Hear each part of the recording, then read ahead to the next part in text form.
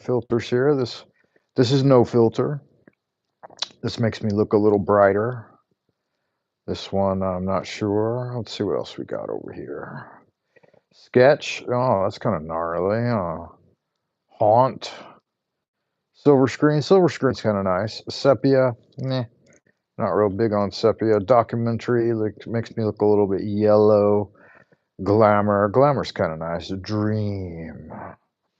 Yeah, maybe I should do the dream filter. Dance party. Whoa, that's way too confusing. Bubbles ain't gonna happen. Dawn. Noir. Slate. Glow. Crush. I think I just go without filter, huh? What do you think about that? Okay, so the other night, I don't know, it was a while ago now. Not sure how long ago. I did a live stream where I was having a few beers and hanging out with a guy named Billy.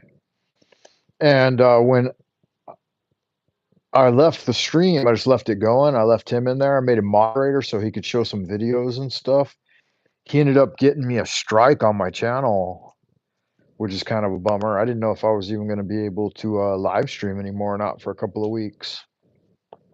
So I got that, and I had to take a community rules online course. Like, I don't know, it's like 10 questions or something. You got to make your way through it and learn what you can and can't do when it comes to live. So I don't even know what he did that night after I went to sleep, man. No idea, but probably not a good idea to leave someone that you barely know in what does that do? At least 1 minute of video is needed to start a highlight. Okay. Yeah, probably not never a good idea to leave someone you don't know in control of your channel after you've been drinking. And yeah, I kind of knew that going into it, but I did it anyway. And so it bit me in the ass. We were talking a bunch of shit, just kind of having fun. The first couple hours were fun, but once I got into the Twilight Zone, then it wasn't any good anymore. So welcome, Wizard, Warrior, Wanderer, Wayfarer, and Wildcat alike, wherever you are, whoever you are, and whenever you may be receiving this transmission. I hope you're doing well tonight. Um, this is the Frank Monday experience, straight from the pillow. I like to call these kind of shows Pillow Talk. Welcome, Wizard, Warrior, Wanderer, Wayfarer, and Wildcat alike. Make sure you hit the thumbs up, like, and subscribe. All that happy horse shit that makes the algorithms bark like Pavlov's dog. If it's your first time, don't let it be your last time. Check me out on buymeacoffee.com/Frank Monday. Pull something in the tip jar.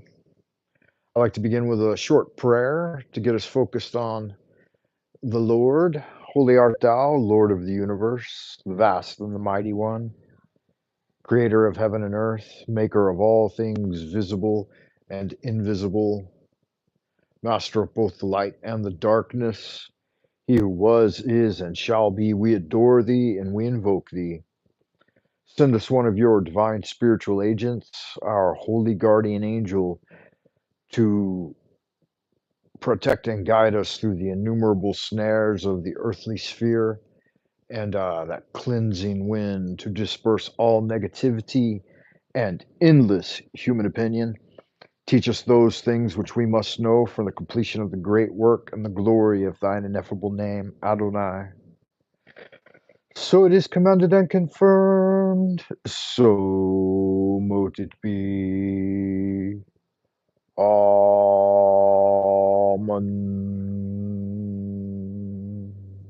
Yeah, good magic. How's everyone out in Happy Land doing tonight? You guys, make sure you hit the thumbs up. It is, I don't know, it's somewhere in March. We're about to hit the equinox, which is when I like to begin the 100-day challenge. The 100-day challenge is a challenge to endeavor to focus on one conceptual paradigm for 100 consecutive days with consistent, gradual progress throughout. So maybe 10 minutes a day is enough in the practice to make the 100-day challenge work for you.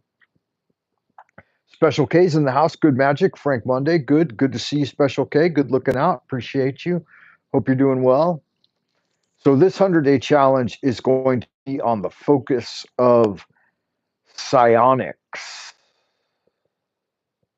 which is an entire realm of mind sciences. Hey, Sal Smith's out in the ideas room. Good to see you, Sal. Hope you're doing well. Hello, mate. Hanging out with my ass right now. St. Patty's Day yesterday, so I had a few too many Jamesons, huh? Nice. Yeah, so happy St. Patrick's Day to all the Irish out there in Ireland and all the Englishmen out there on jolly old England and all the Irishmen in America.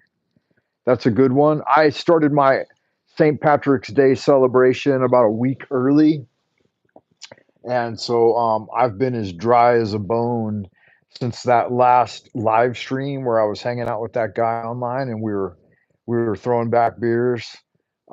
He ended up getting me a community strike on my channel.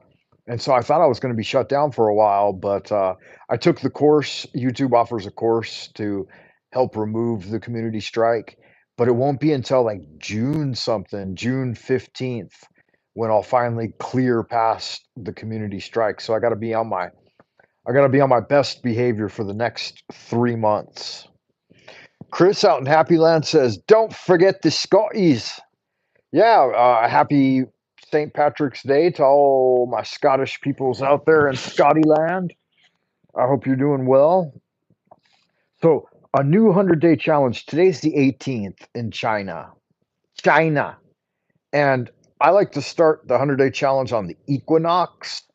So, I do two a year. One starts on the spring equinox, and then the other one begins on the autumn equinox, and then it goes for 100 days. So starting this spring equinox, we'll say today's Tuesday, so we got 19, 19, 20, 21, 22. Like this Saturday for me, probably the same for you guys. This Saturday, I'm going to post a syllabus here on my YouTube and on my coffee page, buymeacoffee.com, that'll have 10 days highlighted with activities for the 100-day challenge for developing mind sciences. So we're going to do some memory palaces, right? We're going to start off with a memory palace. We're going to build that up so that we'll have access to an astral temple, right? That'll be the second stage of it. So a 10-day of building up the memory palace, a 10-day of building up the astral temple, and then we'll do a 10-day for each of the various practices, and you can continue them throughout. So we'll start off with some basic things like hypnotic auto-suggestion, right? Planting a suggestion, rooting it, anchoring it, and then setting it with triggers so that that suggestion can work for you, right? That'll be one phase. And then the next phase will be transferring things from the prime material plane into the etheric plane and into dreamland. And that'll be like the fourth week, right? The fifth 10-day will be the opposite. It'll be bringing things back from dreamland, right? Bringing them out of the etheric plane and into your waking reality. Possibly try some apports to apport things to make things spontaneously manifest in your reality, right? Like a coin appearing suddenly out of nowhere and you find it, right? Um, so that'll get us through the first 50 days, right? Then the last half of the 100-day challenge for psionics is going to be more advanced psionics, like telepathically planting thoughts in other people's minds. We might try that for 10 days. And then the magnum opus, the grand finale, yeah, the 1943 penny, that's right. The magnum opus, the grand finale of it all is going to be genuine telekinesis. So after we've worked through telepathy and clairaudience and clairvoyance, then we will attempt telekinesis, one that I've only in very, very limited um, success, extremely limited. One might even say not at all, that I've never had success with telekinesis. But yeah, telepathy, mind speak, I've done that one. I've been able to achieve that pretty readily. Clairaudience, I've been able to achieve. Clairvoyance, I've been able to achieve. But telekinesis, genuine telekinesis, the motion of something outside of the body in the prime material plane by will of mental force is something that has eluded me since I was a kid. And I've been trying to, man, probably every year. So I'm going to research it and I'm going to try to find some genuine practices, some of the ones that have never worked or that are suspicious or dubious. Not going to be interested in those. Um, Maybe telecombustion. I've seen that done before. And so yeah, it'll be fun. The last couple of 10 days will be a mixed bag. Maybe something surprising, maybe something new and unusual you've never done before. The basic routine is just every day for approximately 10 minutes, right? I like to say 5, 10, 15 minutes. If you're an advanced practitioner like me, you might sink 20 to 30 minutes into the activities. But I'm going to make these activities short and sweet enough that anybody with 10 minutes a day to spare can participate in this 100-day challenge and make progress. Here's something I'll tell you about from past 100-day challenges I've done.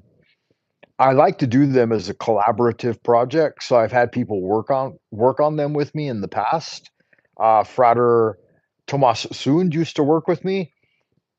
God rest his soul, right?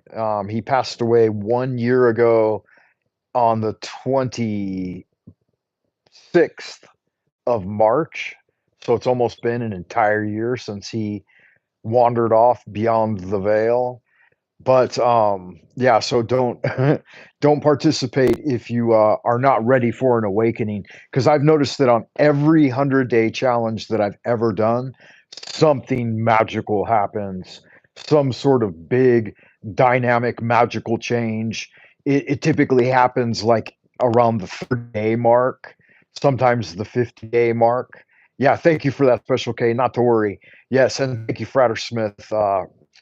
Rest in peace to dear beloved Frater Tomas. During this 100-day challenge, I'm going to be seeking direct necromantic communication with Frater Tomas's spirit. So since I don't have a collaborator on this one, I will be doing dream magic and early morning meditation to get in touch with his spirit and see how he can collaborate with me on this one from beyond the veil. Because I think it's important to have a confederate, right, on the other side of the living realm. And there are other folks that have gone over there, but he's one that I really trust. And because he's just been over there for a year now, I think that it's an appropriate time to try to not try, but to summon him and get back in contact with him. I know that many different people have many different feelings along these routes, but I am not faint of heart and I am not fear that which lies beyond. And I want genuine proof and communication from that realm during this 100-day challenge. So I'm looking forward to interacting with all of you. Again, I'll put the coursework up on Buy Me a Coffee, and I'll post the syllabus here as well in my posts here on YouTube. And I'll start making videos to support the endeavor I haven't done a good set of videos like with focused concentration, with production value and editing and stuff, but I'll do that to launch this 100-day challenge. I will certainly do that. Look, we have some comments out here in the ideas room, so let me see what folks are saying.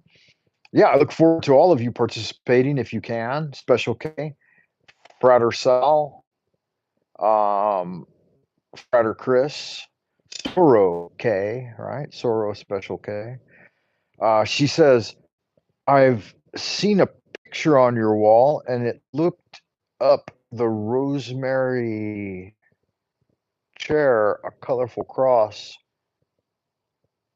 Google, can you explain it briefly in relation to it all? Okay, so Special K is referring to the Hermetic Order of the Golden Dawn, their Rose Cross mandala. So at the center of the cross is a 22 petaled lotus flower with the Hebrew alphabet inscribed in polychromatic form. And then each of the four arms of the cross have the directional associations with their elements, with the bottom of the cross coming down into Malkut. So if you stood in front of that cross with your back facing it, as if you were being crucified on the rosy cross, then the center of that cross, the 22 petaled lotus flower, would be at your heart chakra, your center dantian. Yeah. And then you would have the miller going straight down with the feet in Malkut, and then left arm, right arm, this type of thing, right? So it's as if you're facing it in a mirror direction. The center portion of that rose cross is for making mayas. So if you form one and you have it, you could put a piece of tracing paper over it and write out the names of angels or demoniacal spirit in the Hebrew alphabet, like Agdela, and the symbol that it forms by tracing out right? You start with a circle and then move until you end your kamea and then finish with a line to end it. So you can make the intelligences and the spirits of the different planets, the different archangels, the different daemon forces. So you can make kameas, which are those little squiggly line sigils that represent different spirits. So that's what the center of it's for. Then the four different arms are it's a memory palace for encoding within the mind the four cardinal directions and all of their associations. So it has the alchemical Jing Qi Shen, or salt, sulfur, and mercury. And then it also has, the name of Jesus, Henri, and that's around the outside as well. So it's all the whole the whole mandala is used as a kind of magical tool and a memory palace.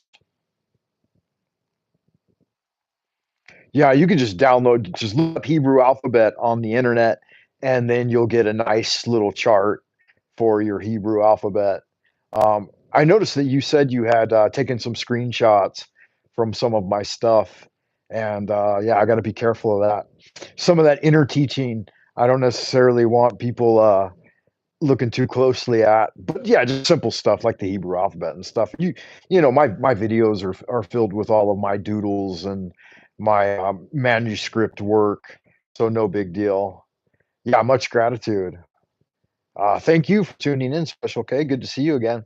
Yeah, so that rose cross is after you've doing the lesser banishing ritual of the pentagram for a while, I would say 6 months to a year, then you want to start adding the rose cross ritual, which will be at the halfway points of the pentagram. So essentially you're building through magic, you're building all of these things into your etheric aura, right? So that they are transferring into the astral temple. So you do the lesser banishing ritual of the pentagram, and you're invoking these pentagram four cardinals, the four cardinal directions, and then you will start adding the rose cross ritual that to that to tying up the ends of your magical circle at the southeast, west, northwest, and northeast quadrants. So you'll have added to your flaming pentagrams with the line, you'll have added that rose cross, that mandala at each of the, what are those called?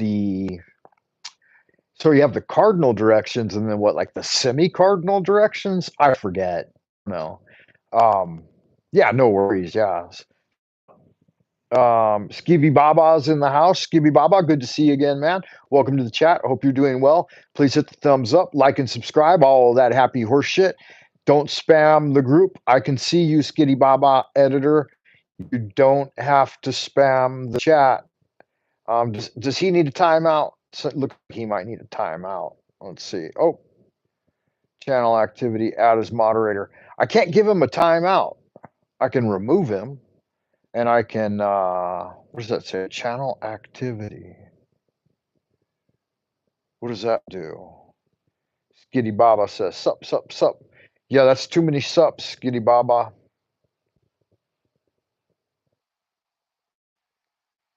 I don't know if I can do anything with him. Doesn't look like I can. Like I can just remove his comment or add him as moderator. That's weird. Remove the loser, huh? Yeah, maybe.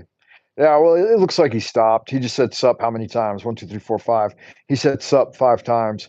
Maybe maybe he has Tourette's or something, or he's just a retardo. No big deal. Don't let him take the jelly out of your donut. Um, don't let him steal the pep out of your step. Yeah, that's odd, huh? By practicing it through research and your teaching is how I feel to go about doing anything. Well, I appreciate that, Special K. I hope you're enjoying following along with the magical programming. I like the lesser banishing ritual of the pentagram. It's a big one for starting out and doing your magic. I would say, some people are atheistic, and even if that's a fact, then you could still do the practices. A lot of this magic utilizes God names and various names of God in order to uh, even if you would say that it creates a placebo effect or a pseudo spiritual reference point, essentially you're and you can look at it any different way you like. You can have any different kind of paradigm. Some might just say it's nonsense. Some might say it's like I said, a placebo effect. Some might say that there are coincidences and synchronicities. But hey, looks like Lady Schadenfreuder's out there in the happy room. Good to see you again, Frau Schadenfreuder. I hope you're doing well. Wie geht es Ihnen? Geht es gut? Danke und Sie? We just finished our first monthly exams for the kids at Academy. So I'm finally at the point in my semester where I can relax a little bit. And I'm looking forward to starting a new 100-day challenge, the Pathways of Psionics. Haven't exactly settled on the title yet. I always use Pathways, and I might go with something else this time. Maybe the practice of psionics. But I've been talking about it in this video a little bit, kind of debriefing on as to what I'm getting into. And I was explaining Special K asked about the Rosy Cross in the Golden Dawn system of magic, which you guys know that I practice Solomonic magic as taught by Poke Runyon and the Church of Hermetic Science. And I also practice basic ceremonial magic as brought forward by the Hermetic Order of the Golden Dawn. And then, you might add to that the Hermetic Brotherhood of Luxor. And of course, by synthesizing all of these things with Qigong and Kung Fu, I have called the new syncretic method that I endeavor to share with others the esoteric order of Dagon Eastern Star Division. So every magical order has its own funny title, and it doesn't really matter. It's whatever brand you like. There should be a denomination and a flavor for everybody out there because everybody's tastes are a little bit different. Yeah, I can't really read the chat very well. I don't have my glasses on, but I can see it okay. I have it somewhere on a computer. Yeah.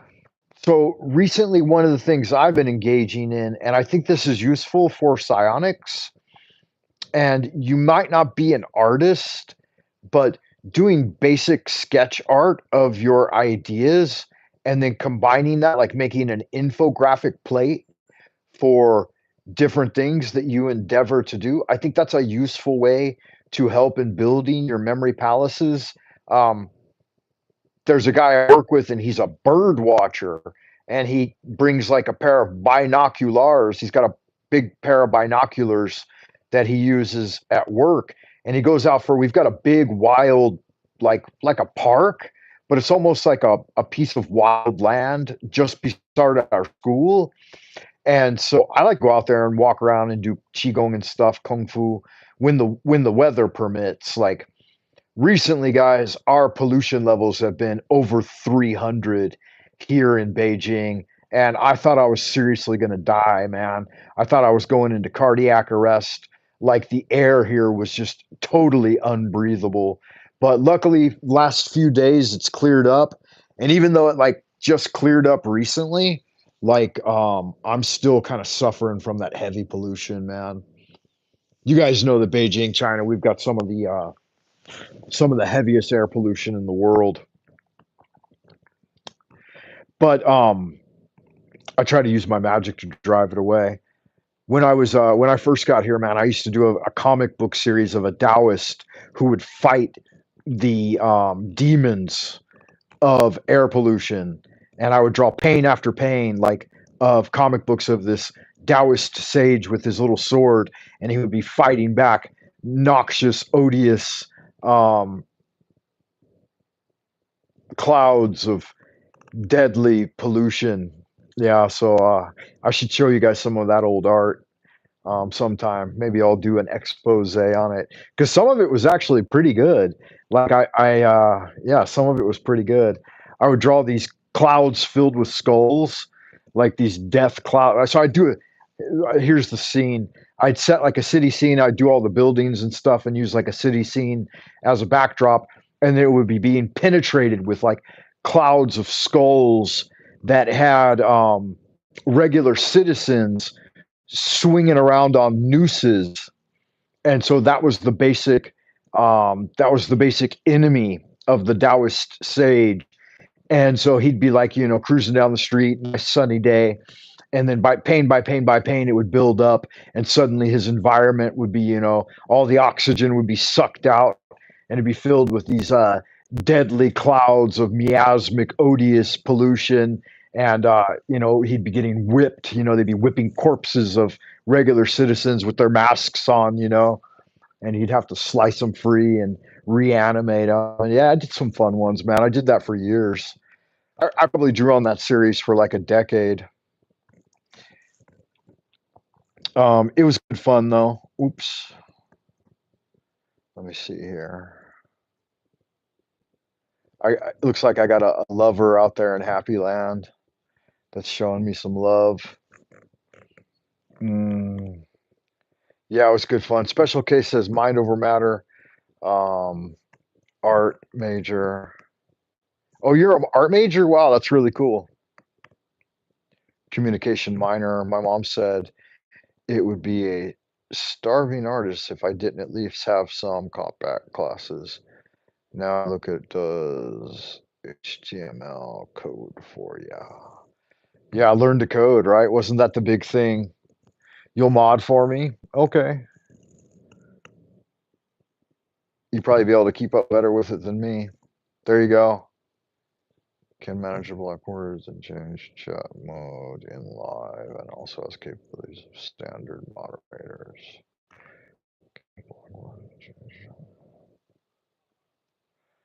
Can receive and remove chat messages and hide or put users in timeout. Okay. It says I made you a moderator for my channel.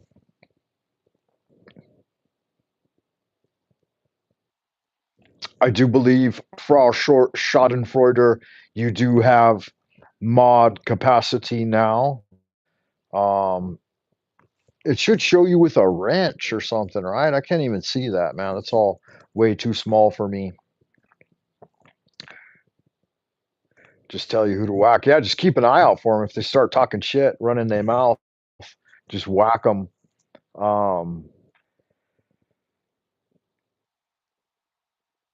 took forever to get flash, trying to make a ball bounce across the screen. Yeah, it looks like you're blue. Very nice, huh?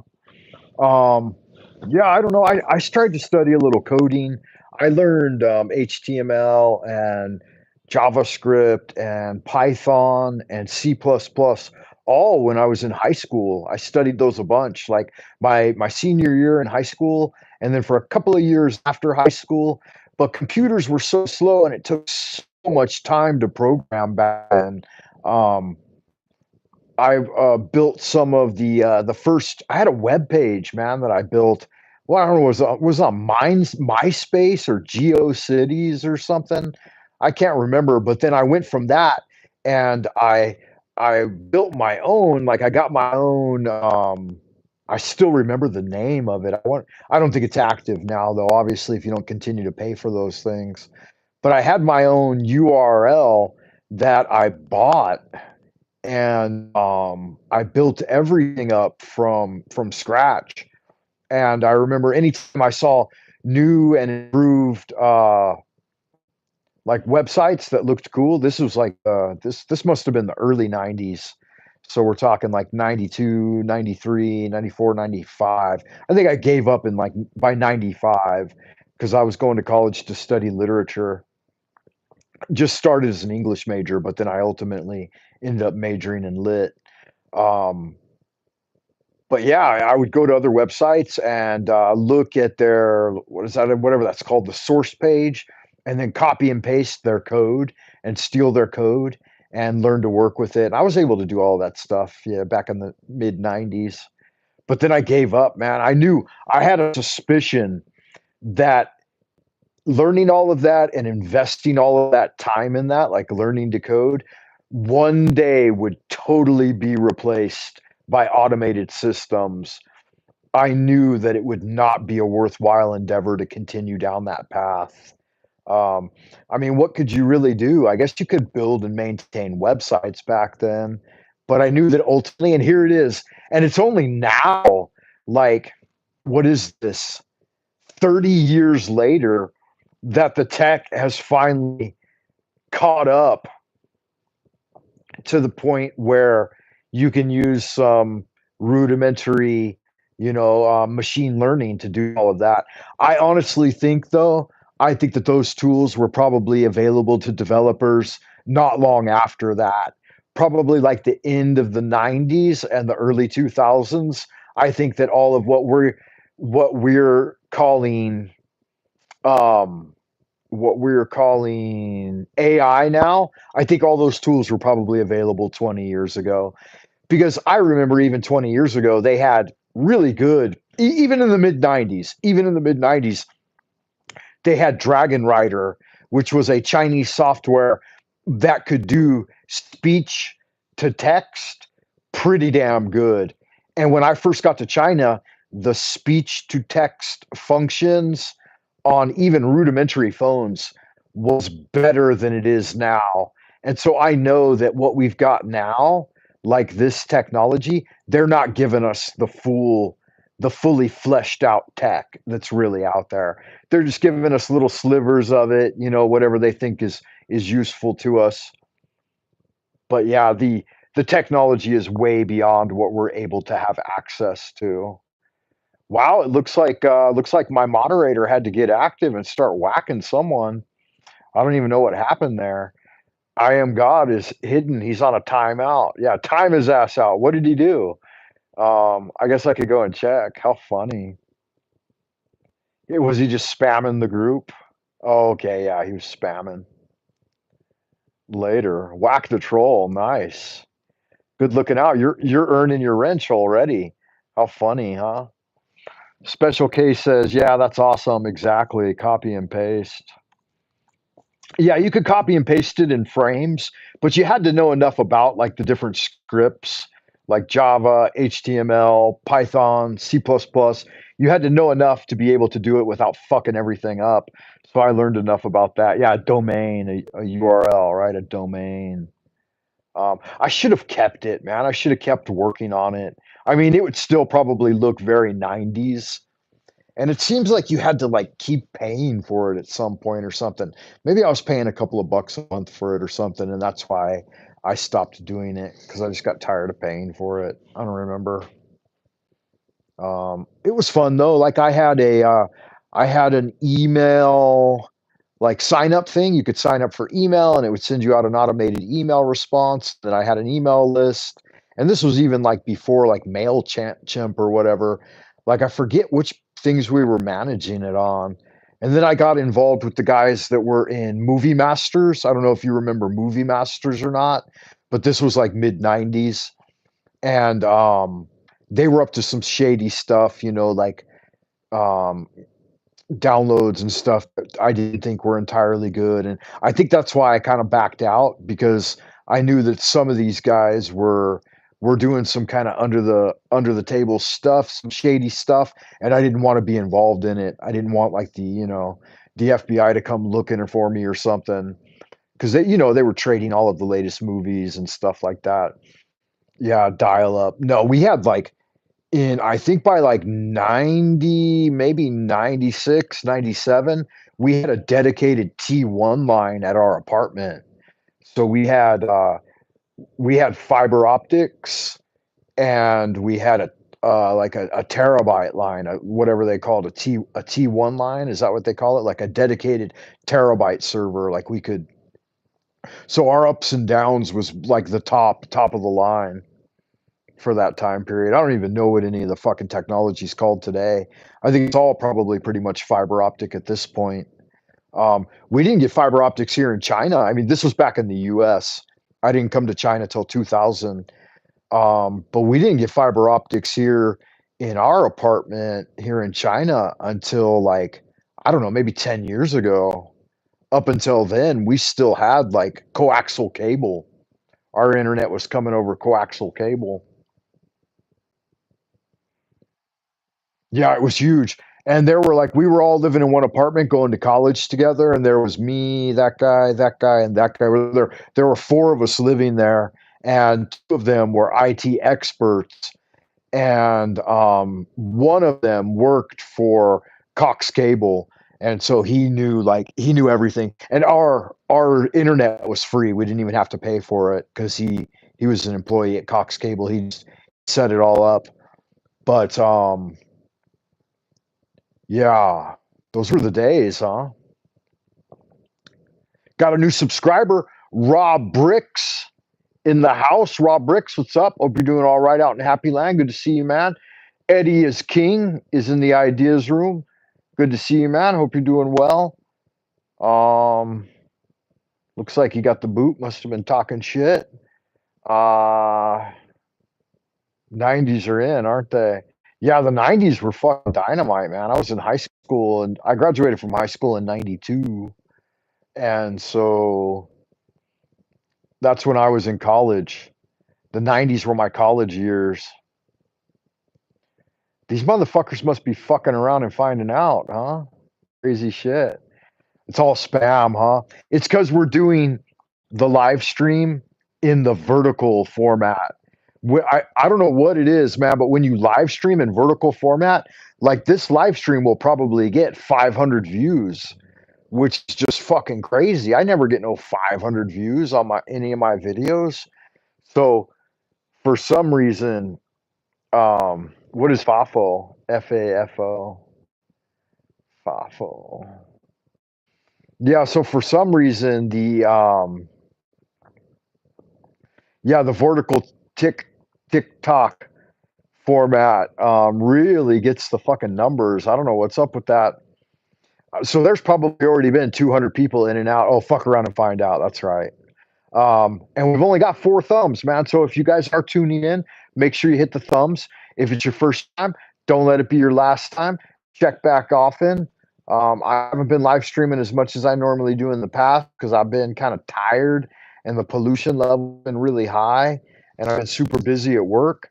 But I miss all y'all good looking, sexy people out in Happy Land, and I hope you are doing well, especially you, Special K. Schadenfreude. Good to see the both of you. Say hello to Jay for me, Special K. And we're going to get into a new 100-day challenge next couple of days, man. This Saturday, I'll be live streaming from my apartment. Probably do a couple of hours, maybe 3 hours. I'll drop the syllabus so everybody can keep up with the course content. Shout out to the United Kingdom. All right. Appreciate y'all out in Happy Land, out in jolly old England, looking out. Sal Smith, Frater Sal, is out in England as well. Frater Sal, hope you're having a good night at work, man. Wherever you are, whatever you are up to. I can appreciate that. Yeah, I just got myself a haircut, man. All this gray hair. All the gray hair, man, makes it, I like to keep it short because I'm getting old. Old dar. Let's see if we can set up the camera thing so I don't have to hold on to this motherfucker the whole time.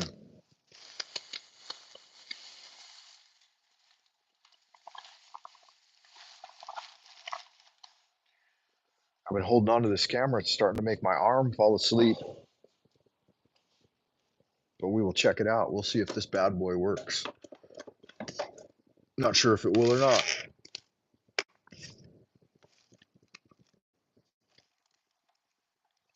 Looks like it might, as long as it doesn't fall. Oh, didn't work. Give me a second, guys.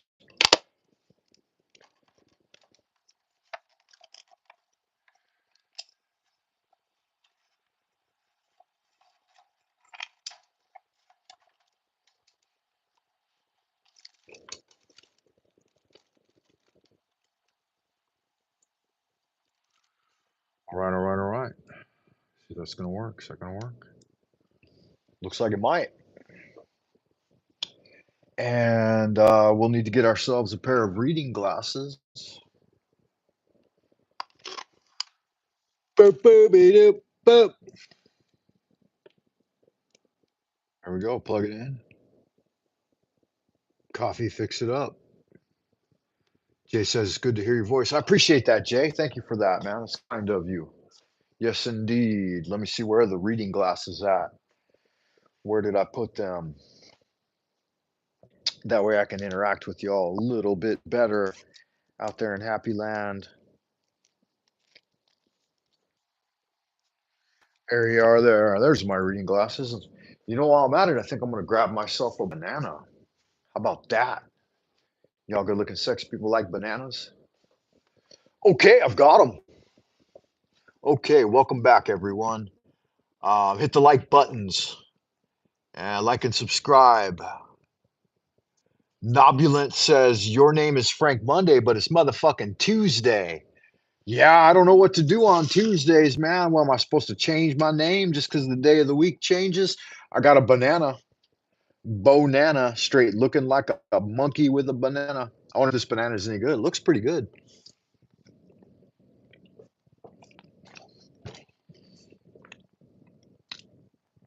How are you, Frank? Who said that? Clever Jones says, how are you, Frank? I'm doing good, man. I'm doing good. I'm surviving. Just fucking barely, man. Our pollution levels here in Twilight Zone, old Peking have been really, really bad the last couple of weeks. We're talking over 200 on the AQI, like pretty much daily. Last week it got up to like 300, 350, and I thought I was gonna fucking have a heart attack. I'm getting too old for this heavy pollution, man. Today and the last couple of days has been really low. Like it's been around 50 on the AQI, so it's been clean. But after a 2 week stretch of air pollution at 300, you can't fucking recover from that quick anymore. When I was younger and I was over here, like I'd recover from it pretty quick, like just snap back, no problem. But now that I'm getting a little older, man, I'm like, fuck, I just did shit ain't fucking feeling it anymore. Yeah, am I 19? No, I'm like 54, bro. You can tell by all the gray hair.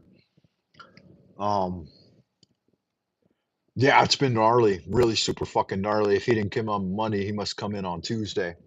That's right, motherfucker. Frank Monday. If he ain't here on a Monday, then he's certainly here on a Tuesday or any other goddamn day of the week. I appreciate y'all though. Yeah, it's been tough at work, man. I've just been laying low, teaching my classes and then chilling. Like, I don't know, like when work starts back up, like I don't even look at the internet from like 8 a.m. to 5 p.m. It's just I just try to stay centered and focused. Oh, 54 looking 19.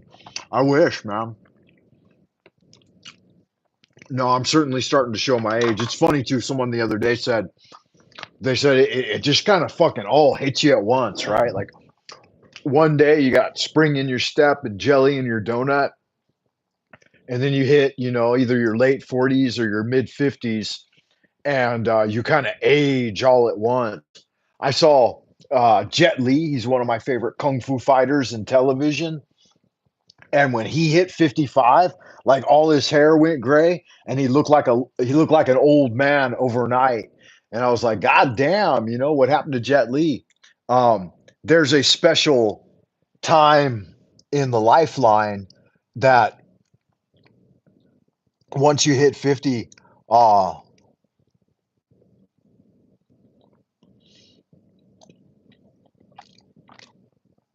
that's true. Ain't nothing but a number. But yeah, once you hit 50, they call it the second firing process.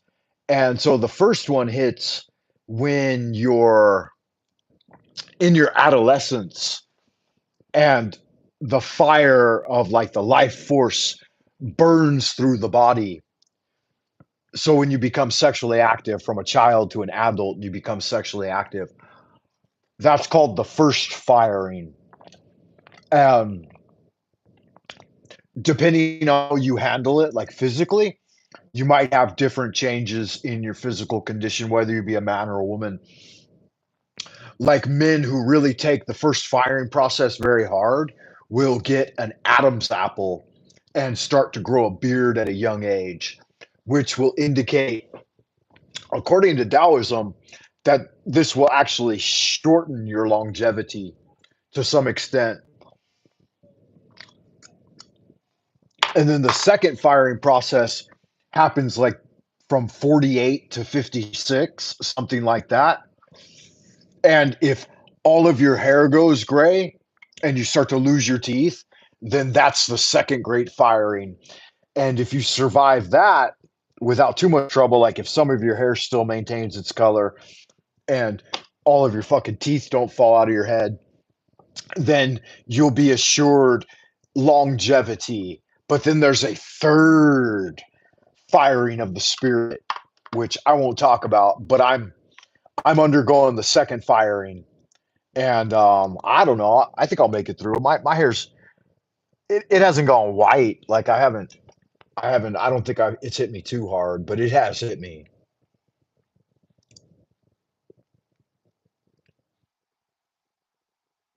Yeah, 50 changes some shit. That's right. Become emotional. So you're still on the first. I'll get that way too.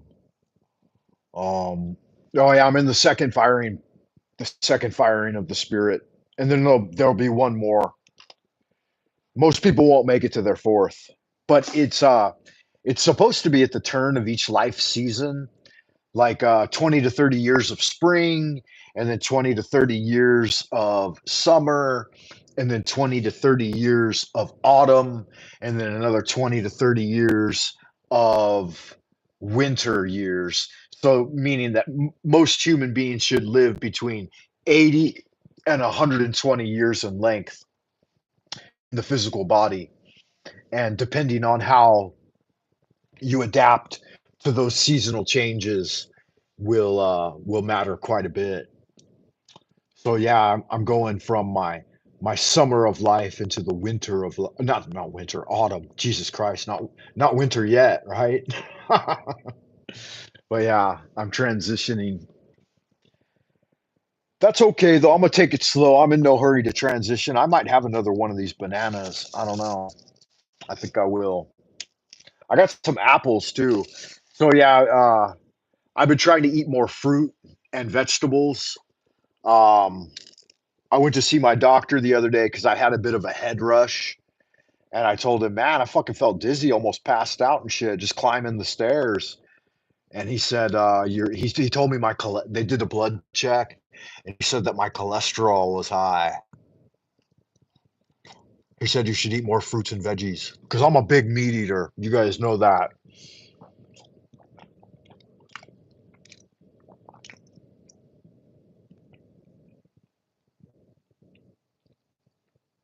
Yeah, 420.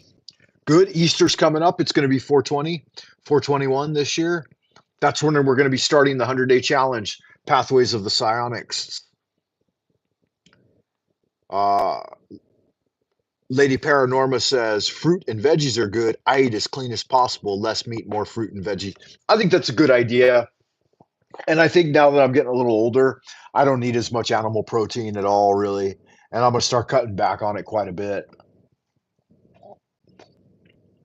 I'm not saying I'm going to go total veggie head, but I'll still have some grilled chicken and steak occasionally. But I'm definitely going to start switching mostly over to fish-based proteins and more fruits and veggies and less grains too. I've noticed that like even within the last couple of years, I don't need near as many grains as I used to. Like growing up my whole life, I've always eaten a lot of bread and noodles and rice, mostly rice, because I've got that Chinese angle. But yeah, the body doesn't need that much. I think you're right. 40, you're a baby. Yeah, you are at 40. God, you're a kid. You just took the training wheels off your bicycle at 40. Lessen your meat intake. Your doctor's right. Yeah, I agree. I'm going to. I don't need as much anymore. I'm not that physically active or that sexually. My sexual prowess has gone down. Not my prowess per se, but my sexual appetite. I've noticed like even just in the last 2 years, even last year, man, I was feeling horny like a fucking like a 15-year-old boy or something, a 16-year-old boy. But going into this year, just like I don't know though, like today I was cruising through the halls and for some reason, like sometimes a gal like will just turn you on immediately. Like this kind of middle-aged gal, she sauteed past me, sauntered by, and I got instantly erect and like felt extreme sexual passion for her. It's a woman I'd never seen before. And she kind of walked by and then she looked back at me like my spirit had touched her, like she felt me get a fucking erection or something. And I was like, damn. And it was instantaneous. So the whole thing all transpired within like 10 seconds.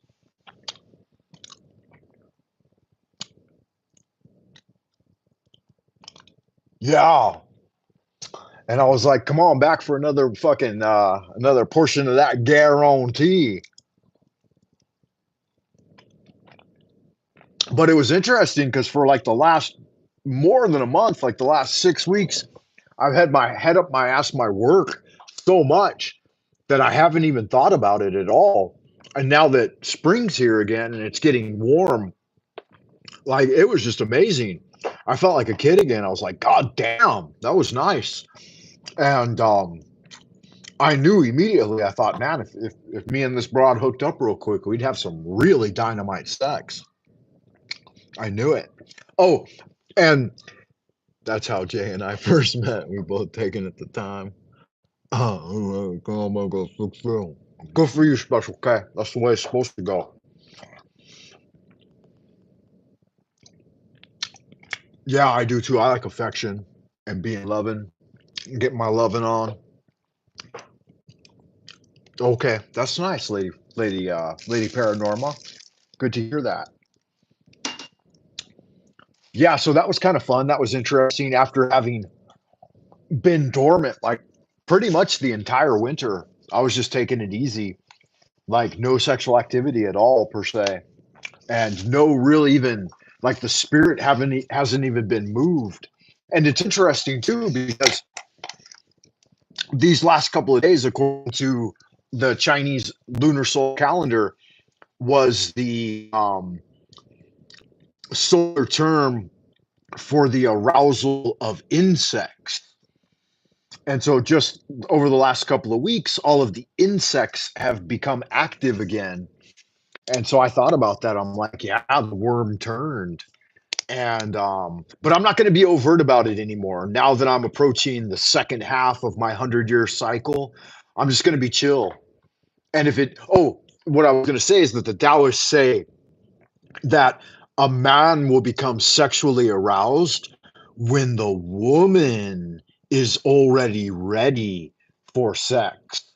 So I don't want to get too deep into this, but they say that if the woman's waters are flowing, then the man will become naturally aroused and achieve all of the four attainments of sexual kung fu.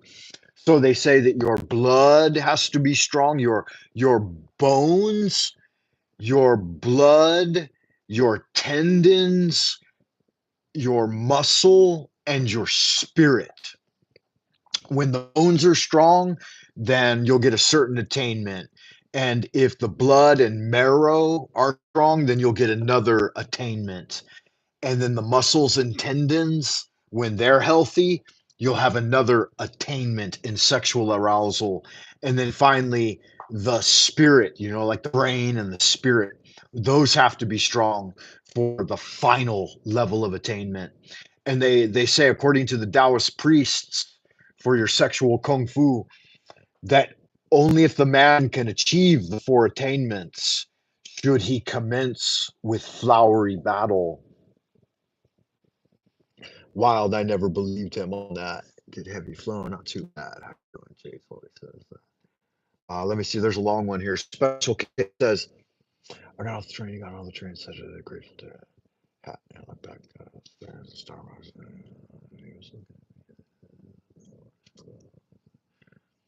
Yeah, that's a good one too. That's very romantic. I'm romantic at heart as well.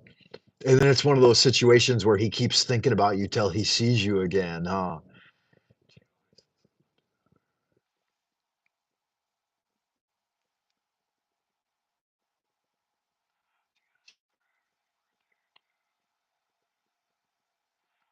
I got lost in the conversation a little bit, guys. I got lost in the mix. Yeah, but it's good. I'm feeling pretty good. I went out for a nice long walk in the forest today during lunch. Like I said, we've got a really big, like kind of wooded area just near my academy where I work. And I went out. I saw the birds chirping, and they wake you up too. Like they're a little, and they say the birds chirping is what wakes up the insects.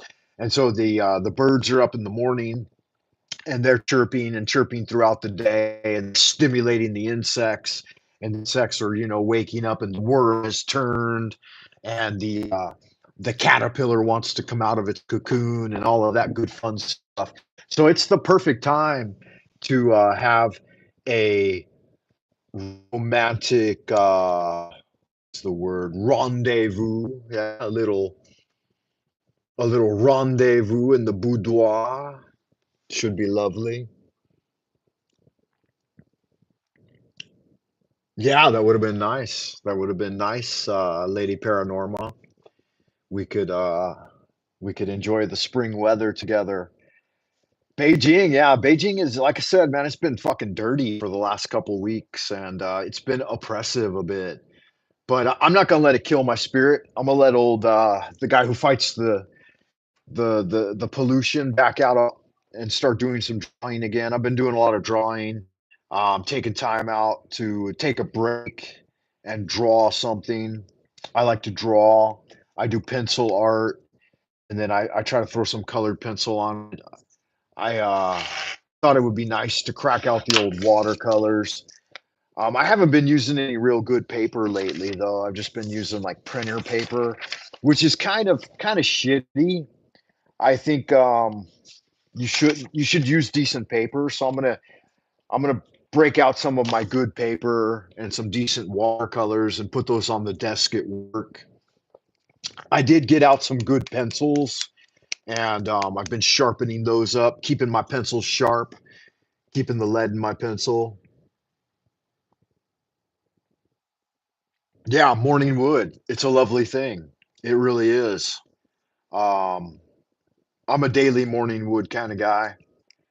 Get the old magical wand fired up and ready for action. Yeah, pollution. It's just something we got to live with over here.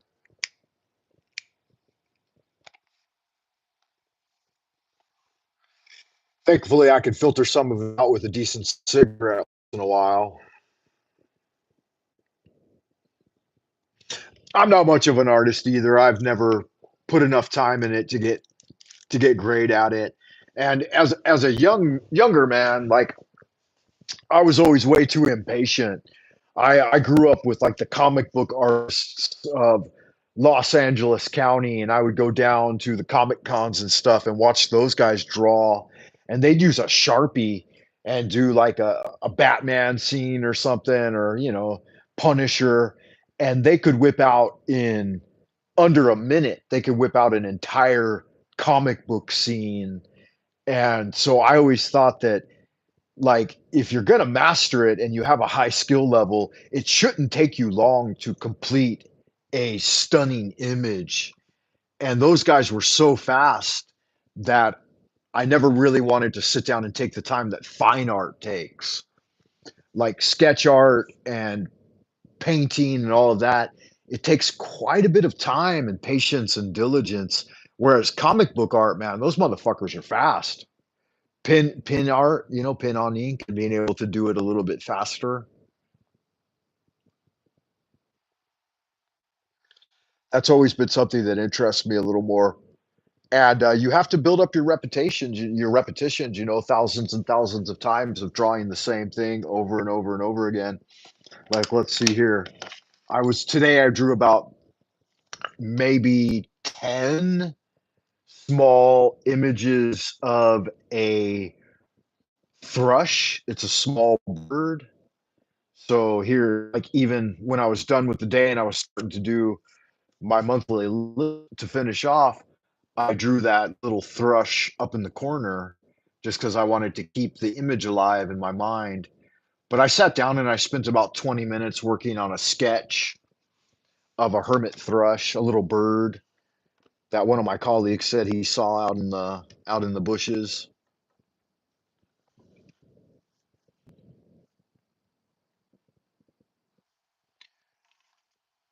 Yeah, I tried to get real religious about bodies, doing human bodies, and I would do I don't know, like 100 heads a day, 100 faces a day for a long time. I did that for years, and I think I've to somewhat ingrained the proportions of being able to do a decent body and a decent face. Not great though, nothing great, of course, but yeah, it's work. It's like real work. If you don't have some talent, which I've never had, then it's definitely something like real work, right? But I always try to do a little something something in all of my note taking.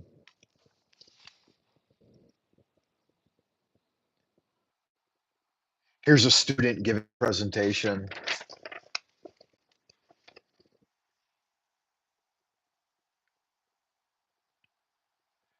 and here's a random giraffe.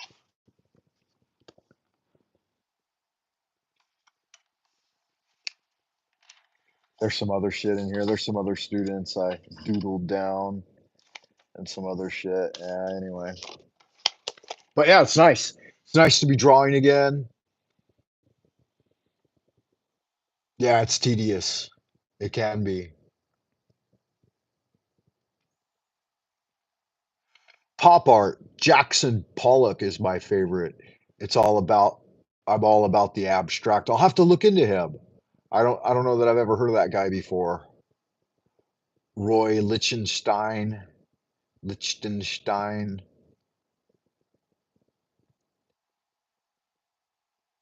Yeah, a ton of glitter pens. That's nice. Glitter pens can be fun, huh? Coloring's fun. I made a Jim Morris portrait out of lyrics to create his image. Ooh, that's fun. I do that sometimes. I've done a couple of images out of magical spells, like incantations, stuff that I've memorized. Of course, always do like a spiral. Try to do a few of those every year. A nice spiral spell. Yeah, mandala. Good stuff.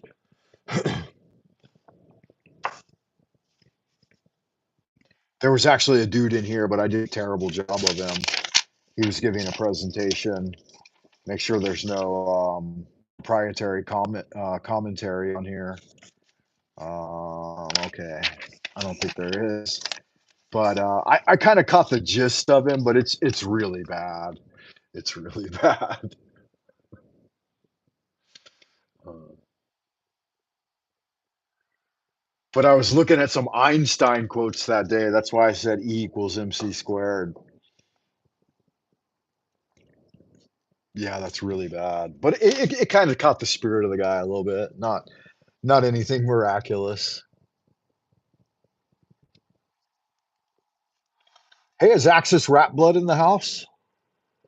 Looks like you're art. Yeah, funny. I didn't see him. I don't see him anymore. I know Axis. I know Axis Rat Blood. But I did he make a comment? I don't see his comment anywhere. Or I would have said hello. So hello to Rat Blood if you're out there. Good to see you, amigo. I hope you're doing well. We've been at it for over an hour. Oh, there you are. Good to see you once again, my friend. Yeah, we've been hanging out for over an hour talking about our. All I remember is y equals m to the b slope. Yeah, I don't remember shit. They want us to do interdisciplinary collaboration, and I wanted to collaborate with one of the art teachers because I'm a lit teacher, and I thought, oh, that'd be perfect. Renaissance art and the Enlightenment, and all of my favorite things about literature, gothic and cosmic horror, could go really well with an art teacher. And we got to do some. We got to plan a few lessons and collaborate. But I might end up having to do one with a science teacher, and that'll be all right too. But I won't know. I won't even know the first thing about how to collaborate with a science teacher with literature. Maybe bringing in the hermetic principles, right? Like alchemy. Maybe I can get the science teacher to contribute um, some alchemical experiments to substantiate some of the laureates who wrote things with maybe alchemical formulas in their poetry. That might be an angle that I could use. Yeah, how's it going, Axis? Are you doing well? Um, Lady Schadenfreude says she'll be right back again. Yeah, how's your son doing? I took my last algebra class.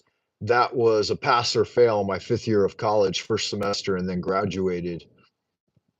Hate math, geometry over algebra. Yeah, I agree. The last couple of math classes I took were college algebra as well. I think maybe in my second year of college. So over it's been 30 years since I've had a math class. And it's been 30 years since I've even looked at any math. So yeah, some geometry that would benefit me. Some physics, maybe statistics, that would all benefit me. But it's just not something I've ever really been interested in. Not since like middle school. Uh, and I think most young men like are really passionate about math until about middle school. Once you get into like high school math and it all becomes so abstract and complicated, and if you're not going to use it, like if you don't pursue a job in physics or engineering or some other hard science that is going to benefit from studying so much math, I didn't really see a point in continuing it. Maybe I mean, there are certainly other things you could do. Economics, you could finance. All of those would benefit from good math skills.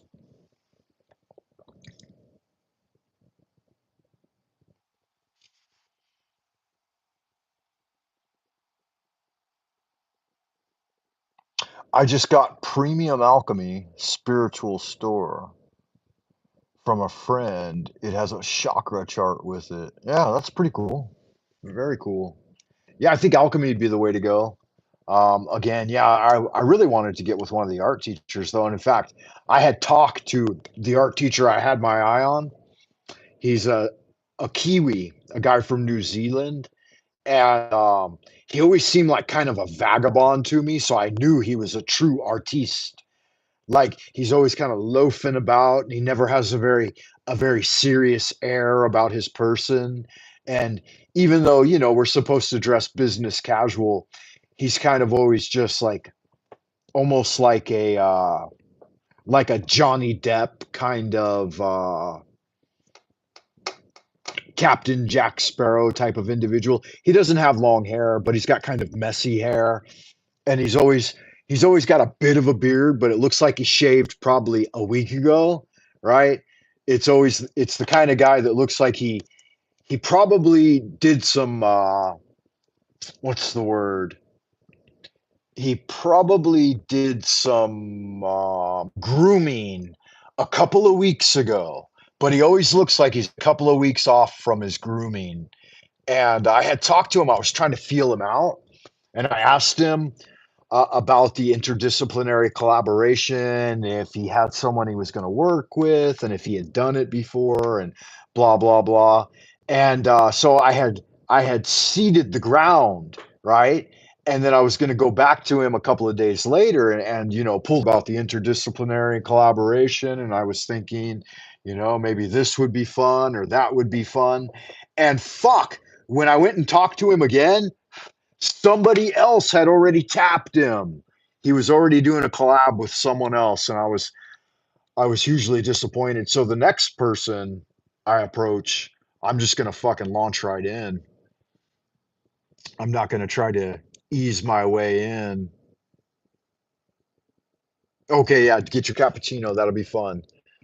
Special case says the universe is created by cosmic consciousness manifesting the physical reality through a geometric blueprint that we call fractal geometry, which repeats in cycle, giving the illusion of linear time. Yeah, Fear and Loathing's definitely a favorite.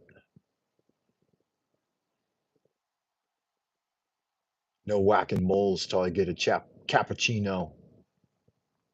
Yeah, so he had a bit of a depth kind of characteristic to him, and I went ahead and I continued the interest in collaborating with him. And the guy he ended up pairing up with, I think is not a great match. I think that I would make a far superior match because the guy he's actually going to do his collaboration with is in another discipline, which I don't think goes as well as literature. I think literature and art, they go hand in hand. I mean, all of literature is illuminated with art, and all art is understood through good literature. So those are two sides of the same coin in my mind. But I ain't gonna sweat it. I ain't gonna sweat it. There's one other art teacher I'm trying to approach, but he hasn't even responded to my messages, so he might not be interested in working with me, but that's okay. And if it ends up having to be a science guy, then I'll learn something that I probably should know anyway, which is also great. You know, you can't always get it your way. What do they say? The universe, you don't always get what you want, but you'll definitely get what you need. Yeah, and magic does manifest. And I think the magic of the thing was manifesting right then, and I should have just carpe diem. I should have seized the moment and been like, now that we're talking about it, we should go ahead and commit. But I'm not like that. I like a little bit of foreplay up front. You know, I don't want to just launch right in and say, "Hey, drop your pants and bend over." I mean, where's the fun in that? You got to have a little cat and mouse first. You got to work up the libido and get your juices flowing. You just can't be jumping in raw, dog. That's no fun. He's gonna ditch him. Yeah, maybe. That's what it says on the Alchemist liquid gold bottle that I got from my friend. Oh, nice. Yeah, that's fact right there. No more whacking. The universe is created by cosmic consciousness, which manifests in physical reality through a geometric blueprint that we call fractal geometry, which repeats and cycles, giving the illusion of linear time. And yeah, and that geometric blueprint that we use in magic is the magician's Kabbalah, the tree of life.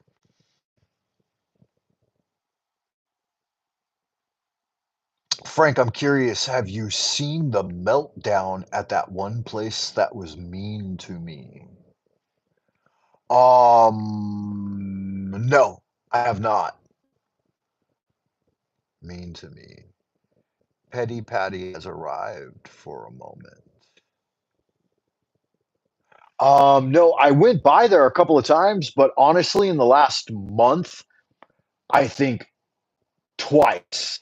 I went by that live chat, that panel chat twice, and I've only been over to Flow States once in a month, and I just dropped by for a little bit, and I don't know, man. I mean, most of the conversations going on in those places are just beyond me. I don't know what the fuck they're talking about anymore. I'm so out of touch with the mainstream American culture these days that it's kind of hard for me to keep up. You did something you'd never done before, really? Do tell. Yeah, we should chat again soon. What's it say? That parking lot with your wife. That was wild.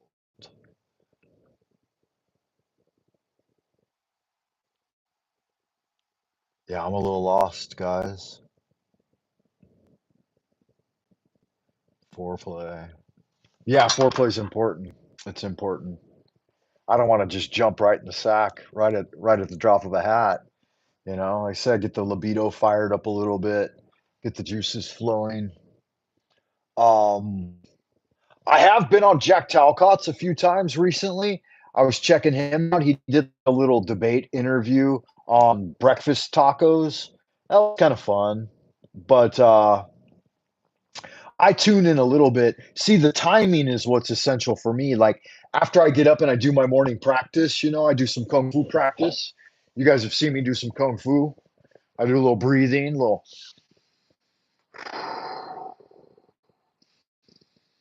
bit of this,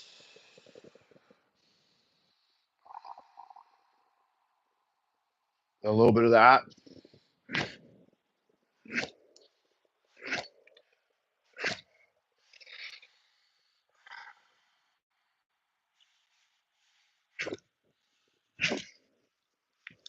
so on and so forth. You guys know the routine, right? Then I'll listen to some Talcott because it's like he goes live like an hour before I start work. And so I can listen to Talcott from like like 6:30 to like almost 8, and it tied in with my schedule.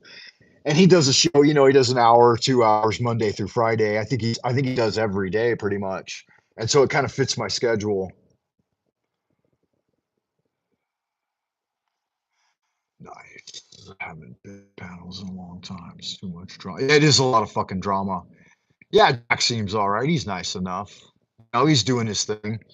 Um, Even though like his message doesn't directly coincide with mine, I feel like he's a genuine seeker.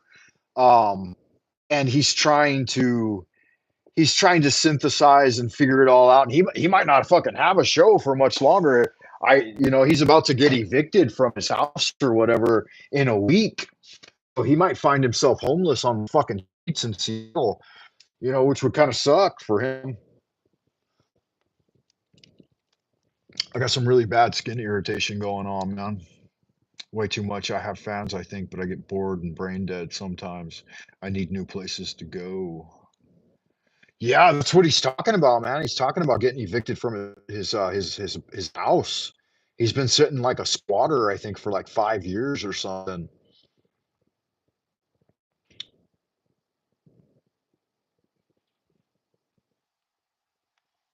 So I wish him the best and I pray for him. But he's he's pseudo religious, and so he's not entirely just focused on the central idea of Christianity, which I find more easily approachable than someone who's overly dogmatic about the Bible. You squatted on a house for 3 or 4 years. Wow. Your ex did, huh? Hey, it's Gabby Gabs a lot. Gabby Lacure. Good to see you again, Gabby. I hope you're doing well. Make sure you don't speak unless spoken to, Gabby. So if nobody talks to you, you just stay quiet, all right? Just stay in the corner with the dunce cap on and don't be running your mouth. Otherwise the teachers get upset. Cause the you don't want to cause Professor Frank Monday any undue stress, right? Foreclosed. I'm supposed to get evicted 3 years ago. Yeah, see, that's the thing. I can't figure out like his entire story. I'm watching Jack for a while now, and I enjoy it. Um, just because of all the colorful characters that come on there. Some I can't tolerate at all, and I'm sure that's true for everyone. But it seems like he's been in that situation before and for a while, and I'm not exactly sure like if it really matters. Like he's not been talking that much about it, and we never got very much of a debrief on his trip to LA. Yeah, you'll have to tune in. Yeah, his channel name is Jack Talcott, and he broadcasts every day for like an hour, sometimes 2 hours. And holy cows, man! Right? God bless. God bless. He wants to bring an end to all war and love. He thinks that love is the way to get it done. That God is love, God is truth, and truth is love, and love is God. Yeah, and you live without fear. That's right. You got it. You got him figured out. You got him dialed in. I don't think I have a catchy catchphrase like that for the Frank Monday channel. I guess it's just like, get on up out the way. Move your big old fat ass out my way, because I'm coming through. No, Frank Monday, just live for the moment. Um, Good magic. Yeah, that's my catchphrase. Good magic. I think he needs to make more healthy boundaries, but he wants to join Congress and talk to Donald Trump about ending wars and legal secrets. I made his holy cow emoji. Yeah, praise love, praise God. That's right. That's right. You are right. Wow. You know it all. Love is law is love. Love is the law. Love under will. Holy cows. I don't wanna disparage him in any way about wanting to, meet with Trump and go to Congress and end wars. I I think, in part, maybe he's picking up on the zeitgeist, he's kind of like a hippie type character. I think he's probably been around maybe 15 years longer than I have. So if I'm, in my 50s, he's probably in his mid 60s, I would imagine. That would mean he was probably born in the late 50s to early 60s, which would mean he's not a child of the 60s. He's more a child of the 70s. Whereas I was born in the early 70s, so I'm more a child of the 80s. So I think he's probably just a generation older than me, if I'm not mistaken. Oh, you did his outro and intro? Really? Special K? That little that's like a minute long, right? Maybe more than a minute, maybe 2 minutes. With the nice little music and the stock art and stuff like that. Jay just said it. Frank Monday is your brand. Yeah, that's right. That's right. Frank Monday, Good Magic. That's my brand. The Horns of the Devil.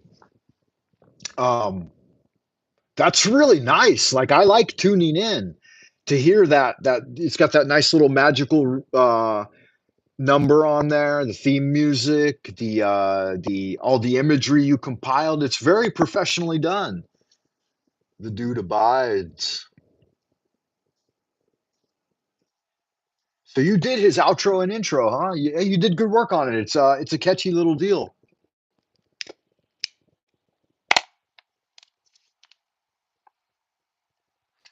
It's inspired me to want to do one. I sit down and put something together. I thought about doing that. I mean, I did some of that stuff in the past, like the early days of my YouTube channel. If you go back to like the very beginning of the playlist, you'll see that I actually put some effort into editing and doing some more polished content. Bigelowski, probably about. But YouTube didn't give any returns on that. Like none of those videos ever got more than a couple of hundred views anyway, and it just didn't seem like it was worth the effort.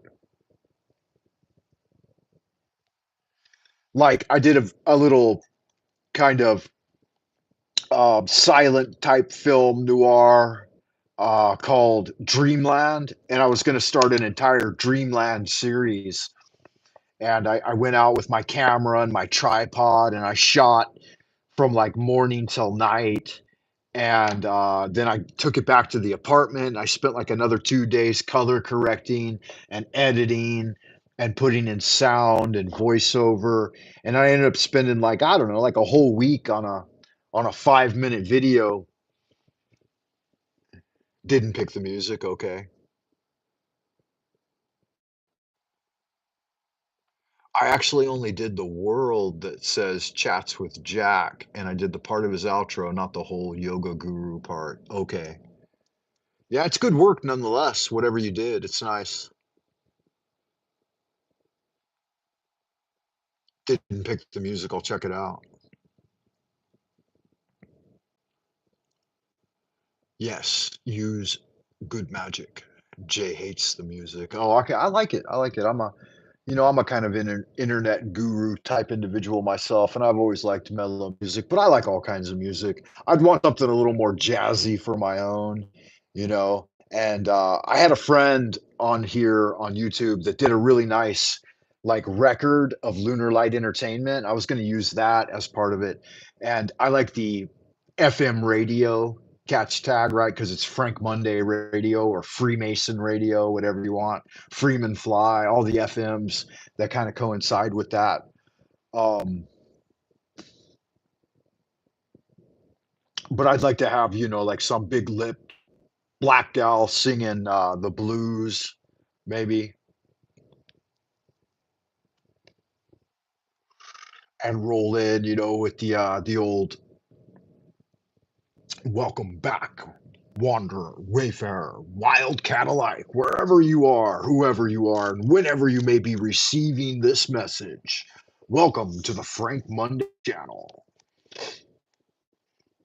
broadcasting to you from the central kingdom of the celestial dragon in Twilight Zone, Old Peking, far behind the bamboo firewall.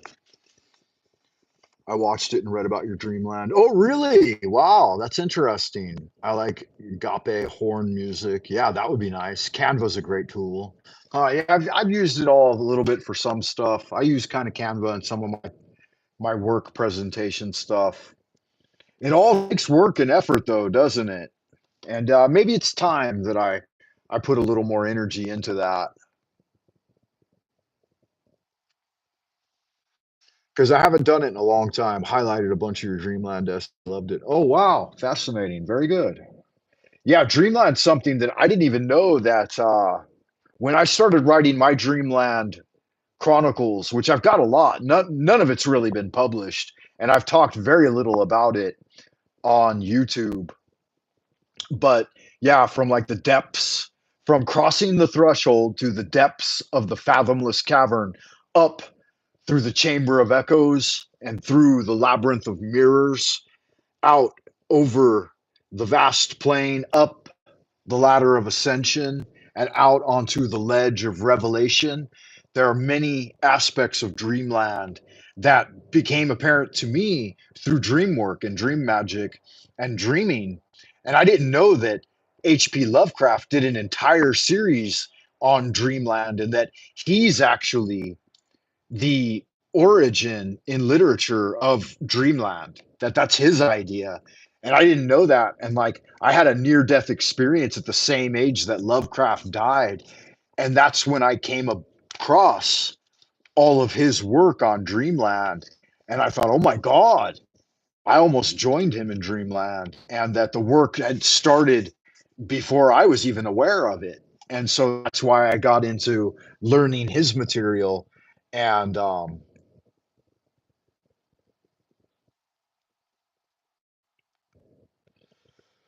yeah, and so I thought a dream like a Lovecraft Dreamland podcast on FM radio would be a cool thing to do.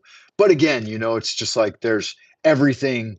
If you want to do a good hour of podcasting, you got to put in a good 3 hours of pre-show work, in order to make that happen. And then if you want to do even a good 15 or 20-minute video, you're talking dozens and dozens of hours of work, you know, pre-production work and then post-production, and it's just wow, it's just way too much. Especially when at the time I couldn't even get over 100 subs. Now that we're getting a little closer to 1,000 subs, it might be something to look at again, and maybe move something metal with your powers. Yeah, that would be good. Adam Pazizi's in the house. Good to see you, Adam. I hope you're doing well. Yeah, I might try something metal, like this little aluminum ashtray. That might be light enough to move that motherfucker with my mind. Special K says, if you ever need help with anything, let me know. I'll gladly put shorts together for you if you're interested. I don't mind at all, actually. I appreciate your original. All right, all right, all right. Friday coming at you straight out the ghetto. Beijing, China, baby. Just one big motherfucking ghetto.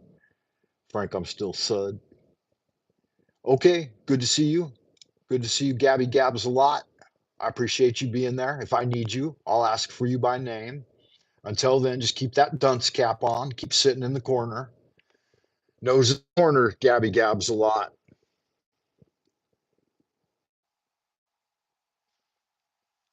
Adam Pazizi. That sounds like a demonic name right there, huh? Adam, fucking Chandre Prukalate just got timed out for some kind of happy horse shit. I don't know what he was doing. He was trying to cast some bad magic, right? He was out there with his magic wand. Abracadabra, Frank Monday. I'm going to manifest some sticky white all over your face, homeboy. Not cool. I would definitely appreciate any help you were willing to offer, Special K. I wouldn't even know where to start though. Like I work essentially Monday through Friday, like I'm at the academy from 7:30 a.m. to 5:30 p.m. and pretty much of it's all work time. So that's that's 40, 50. It works out to be about 50 hours a week. And that's kind of my mainstay. And then just jumping on YouTube and saying hello and kind of fellowshipping with everyone. That's all I really got time for anymore. Then on the weekends, just downtime, doing laundry, sharpening the saw, that kind of thing. Gabby, I'm doing well. I'm doing well, Gabby. Gabby's been hanging out in the corner with the dunce cap on, keeping quiet, right? We're gonna come over there with the ball gag, Gabby, and strap a fucking ball gag in your mouth. If you start causing trouble, you'll get a timeout. Awesomeness, give me an assignment. Yeah, how would we even go about it? Let's make a good short for the 100-day challenge, Way of the Psionics. I'll have to give you some bulk material though, right? So you can boil something down into a good short.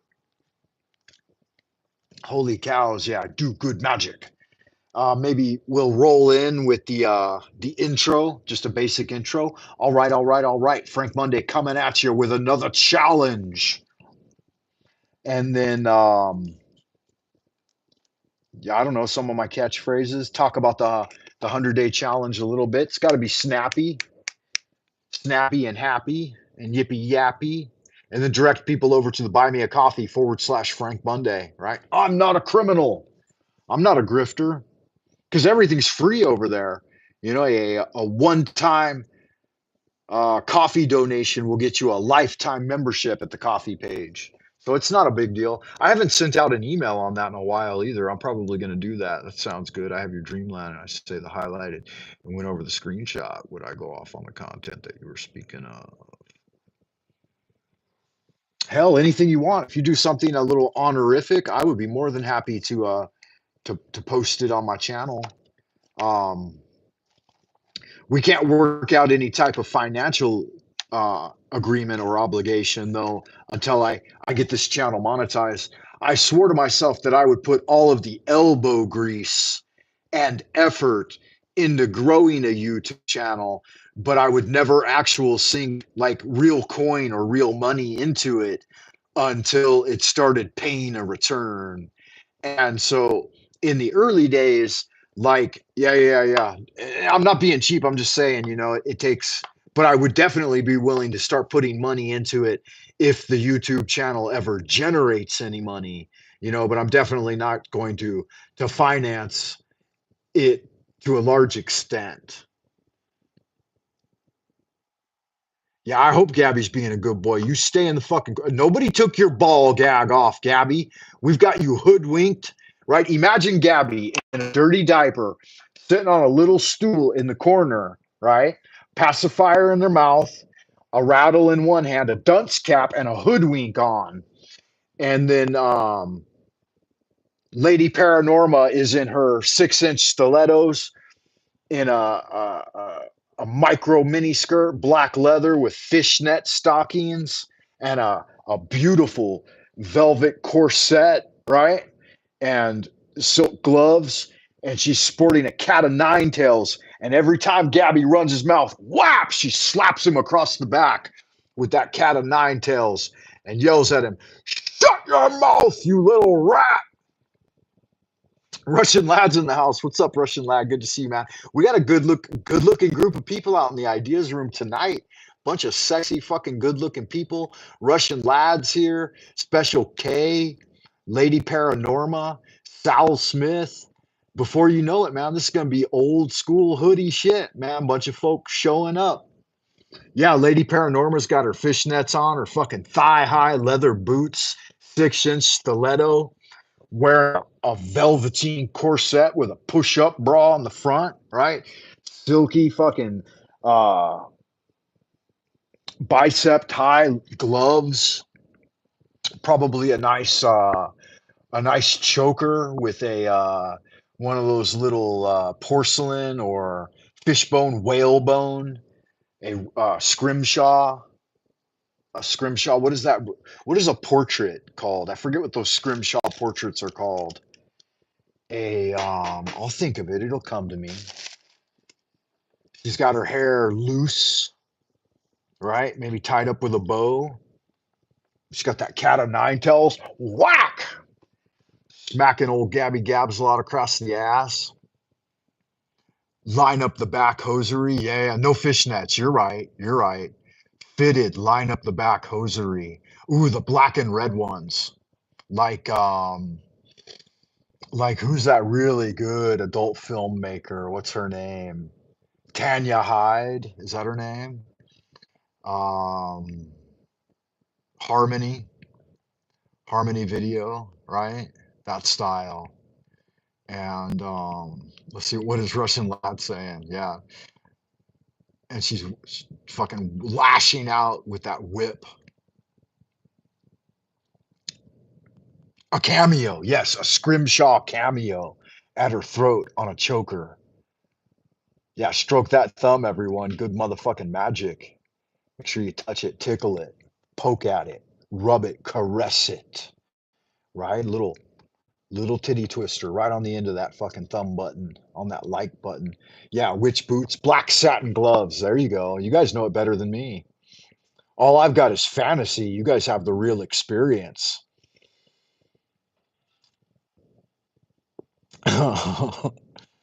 Yeah. And ruby red lipstick, right? A nice ghostly white foundation, sapphire blue eyeliner, pointed up like a devil's pitchfork at the ends. Yeah, a choker, a black satin choker with a scrimshaw cameo of some 14th century Elizabethan princess. Sir, this is a local Arby's. What can I get for you? I'd like I don't know what Arby's. They got a roast beef sandwich, man, with cheese. I want the roast beef with that nacho cheese on it. That's good fucking shit, man. I love Arby's. That's what I had at my disposal. Best shit I heard in a month time. Yeah. So we've got the whole scene painted in front of us.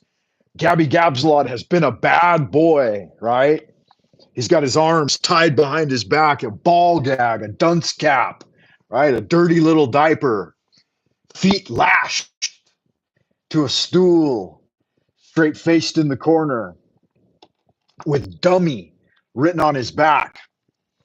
And every time he wriggles, Lady Paranorma strikes him with the whip and tells him, "Behave yourself, you little rat, before I come over there and put my boot on your neck."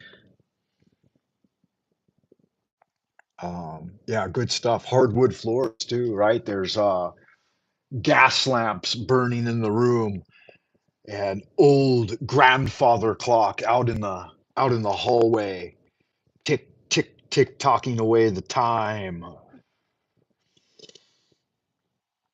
On the mantle over the fireplace is a memento mori, entire scene laid out, a skull, a guttered candle with its candle dapper next to it, bronze candle dapper with a wooden handle. There's a scroll on an old writing table, curling at the edges and splayed out and held down with an ink bottle at one end and an iron monkey paw at the other. Jay says, "Holy fucking shibboleths, what's happening? Just woke hearing that shit." Yeah, Lady Paranorma's about to fucking whip the tar out of Gabby Gabslot if he runs his mouth too much. Yeah, I don't remember. It was just the other day we were in here having a live stream. I guys, if the old live streams, if you're like wondering what happened to it and you're like, "Oh man, he deleted it, he privated it." No, I just put it to unlisted. So like if I get in there and like I've had a couple of beers or something and I'm talking a bunch of shit, I won't keep that listed on my channel. But if you were on the show and you still have the link in your history or whatever, you'll still be able to access that old vertical live stream. Those are pretty much the only ones I've unlisted, are the ones where I feel like I wake up the next morning and I'm like, damn, I went too far. I went too far with that live stream.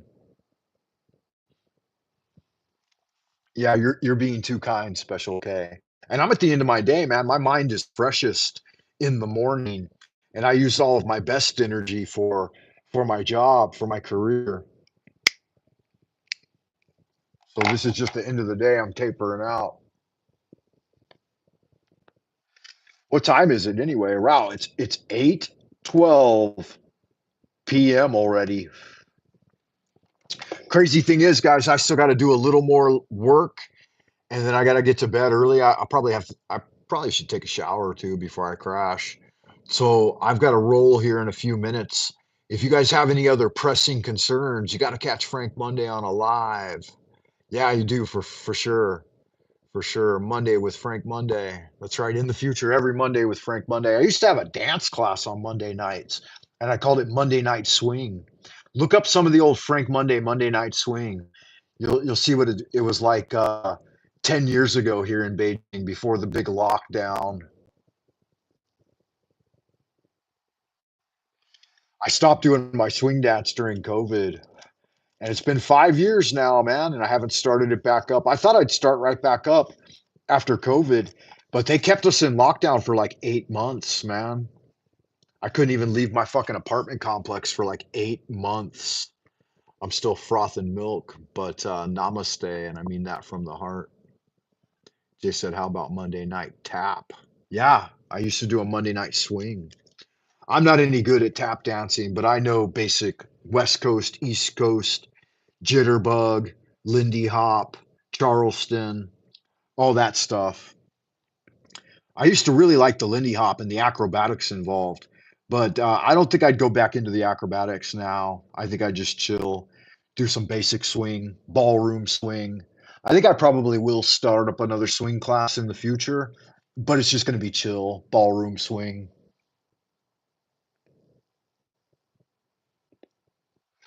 Nothing crazy. My big swinging days are behind me. My mid 30s, I was a pretty decent swing dancer. Swinging's good fun though, man. Like running a little class, a little beginners class, and getting to dance with like 15, 20 gals every night. I mean, once a week. Sometimes I do it twice a week. Good fun, good fun. Because I rotate, Like you come to the class, you couldn't have a single partner. I'd rotate every couple of moves and get everybody to dance with everyone. The women would be, it depends on who were there were more of. It was almost always more women than men, right? And you can't leave the women unattended. And I didn't like the girls really dancing girl on girl. I wanted to try to keep it boy girl, like more traditional style. And so I'd tell the girls, I'd say, don't pair up with another girl, stand in between the couples and I'll rotate the men out. And so I'd rotate, just say switch, and yeah, you can get a feel for it if you watch the class. We do the old shim sham at the end of the lesson, and then we do social dance for an hour or so. I do an hour of class, then we do the shim sham, then we do a couple of hours of social dance, and I DJ for that. It's more fun though, the more people that are interested and pulled in. Like you get someone who likes to do the DJing and is good with music, and then you get some other folks who are good strong leads, and have them come in and lead like a special class on like jazz steps or something. And then yeah, there's only two genders in my class. That's right. Sometimes a couple of lesbians would show up and they'd want to, be a couple and stay as like a thick couple. One would be more butch than the other. And that's cool too. Like I'm not a homophobe. I'm not anti-gay or anti of that. I'm not really pro-trans, to be honest with you. I don't really get it and I don't really dig it. And I think it's kind of a violation of natural law. Like some basic, what is it? LGB, right? Lesbian, gay and bi, lesbian, bi and gay, LBG, lesbian, gay and bi, I think is it, right? That's the OG one, LGB. So I'm a little more old school. LGB's cool. I'm cool with LGB, I guess. Not really a big deal. And even, like, I don't know, like if a dude showed up with like a full 5 o'clock shadow and wearing heels and he's like a drag queen or something. I don't get it either. Like, cause like a drag queen, that would be queer, right? That's not necessarily trans. That's a dude that knows he's a dude, but likes to dress up like a chick, right? And then trans, that's a person who's like spiritually, they think they're like a man in a woman's body or a woman in a man's body, right? And they want to transition. So a lot of this language even is new to me because I missed the entire last 20 years of social development in the US.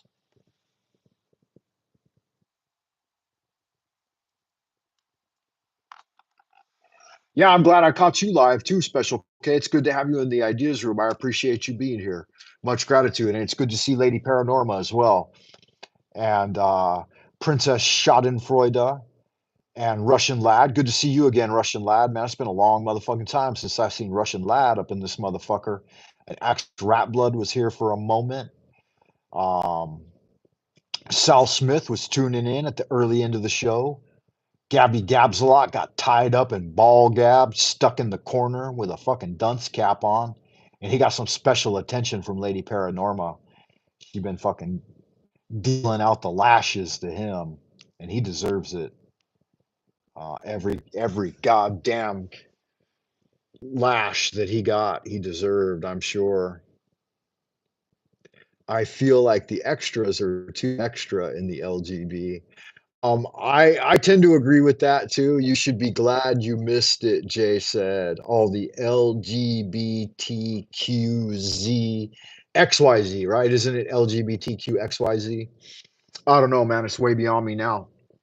Yeah, there's like polyamorous, pansexual, transsexual, uh, hermaphrodite with gender dysphoria. I think that a hermaphrodite probably has every reason to have a little gender dysphoria, though.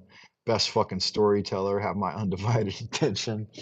Yeah, I don't know. I'll tell you guys one last story to finish. We were I grew up surfing on the west coast of Southern California, and one of the beaches we like to go to. This was my first introduction to the gay culture. There's a beach in Southern California in San Diego County called Black's Beach, and as far as I know, it's the only legal public nude beach in Southern California. It's Black's Beach, and at the top of Black's Beach is where the hang gliders would launch. And that top part where you park, because it's like a cliff face, a sheer cliff face that goes down to the beach, and then you can go down. You have to go down a trail, and then you can go down there and surf. And Gliders Point, where the hang glider guys hung out, that was a notorious hookup spot for gay dudes. And so it was an inside joke. We'd say that if you were hanging out at Gliders Point, then everybody knew what you were up to, right? You had your ass out and you were hanging out at Gliders Point. And so as a kid, as a teenager growing up there, and there were like six of us boys going down to Blacks to go surfing one day. It was me and my brother Michael, and then there was Joe, and Joe became a pro surfer. He's been on the cover of magazine a bunch of times. He still lives in Huntington Beach. I actually talked to him in 2017 when I was in LA. I was there in 2017, 2019, and 2022. So I've been back a few times recently. And I think Christian was there, Jeff. So it was Jeff, me, Frank, Mike, Joe, Kevin, Christian, and one other. I think there were six or seven of us, and we'd suit up in the cars, right? Like my mom, sometimes we'd take her van. She had a 1988 super van, a Chevy, and we'd take that motherfucker down there to the beach.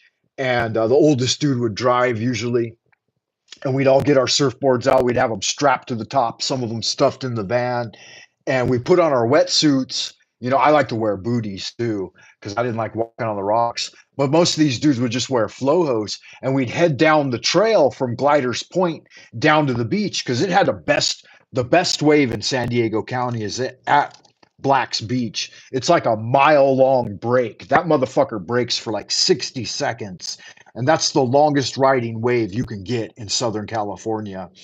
And so it's a bit of a hassle to get down there, but we were headed down the trail to Black's Beach to go surfing. And my brother's the biggest dude among us, and he was way up in the front. And then it was like Jeff and Christian were in between him, and then it was like me in the middle. I was the littlest dude. And then at the end of our line, at the end of our 6 or 7 dudes or whatever, was Joey. And Joey had toe white hair. Like his hair's perfectly white, perfect little surfer dude. And we were running. As we were coming down the trail, there was this giant middle-aged fat dude with a Fu Manchu, and he was all sweaty, and he had a big round belly, and he looked like a giant walrus sitting on a big rock outcropping, sunbathing himself. And he was laying back, and he was fully nude, beautiful tan, golden hair, golden Fu Manchu. And he was laying back, and he saw us coming, and he jumped up, and his eyes like lit up. And as we're coming down the trail and around to see him on the rock outcropping, he had a giant penis and balls. And his penis was pretty fucking big. I'm talking like probably like a 10-inch penis on like a 400-pound dude, like 6 foot plus, and like a 10-inch thick penis, totally engorged with blood.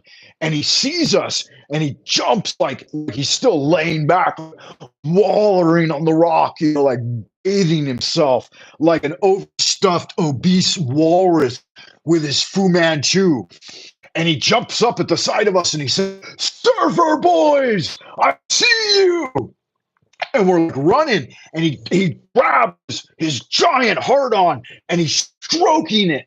And he's jerking off right in front of us. It's a horror show of the entire thing. A sunbathing walrus with a giant engorged penis. You could see the veins literally bulging in this thing with its giant head looking at us. And he's got this fucking huge heart on, and he's stroking it, "Surfer boys!"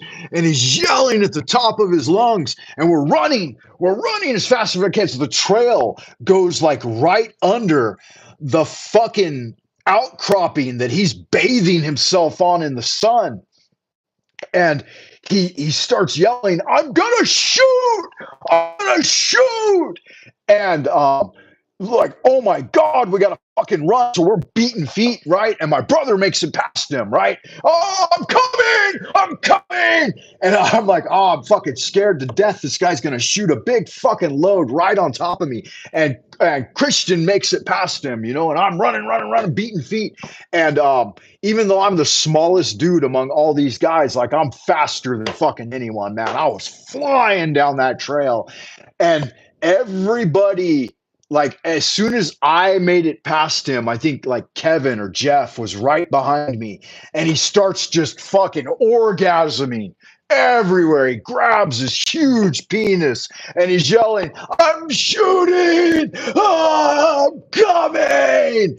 And I look back, and you can see it, just a stream of fucking jizz shooting out the end of his penis. Pooh, pooh, his balls are going up. Pooh, big hairy fucking chestnuts undulating in the sunlight, sweat dripping off his Fu Manchu. His mouth is agape as he orgasms. And we all make it down to the bottom of the trail, and we're like, oh my God, that was the most terrifying thing we'd ever seen. And everyone's like checking each other. We're like, did you get any fucking jizz on you? Did you get hit? Did he hit you with his fucking semen? And everybody, Joe was the last one to come down the trail, and everybody looks at Joe, and we're like, we wouldn't even know, man, because he's got toe hair. And Joey got hit. He got hit with splooge right in the face. No, I didn't, man. No, I didn't. That's just the color of my hair. And we're like, oh, you got hit. You got fucking hit, bro. The big, sweaty, obese, perfectly tanned walrus with a Fu Manchu looking straight like fucking Hulk Hogan with his 10-inch swollen penis just unloaded on you and will never, ever, ever let you down. And for years after that, man, we always, every time we saw Joey, we'd be like, "Surfer boy, I'm coming!" Oh, what a fucking horrifying tale. Fear and loathing in LA, man. That's a true story, guys. And that's all I've got for you tonight, man. That was a real chronicle in the days of our lives. A young Frank Monday running for his life. And poor Joey, man. I know he got the brunt of it.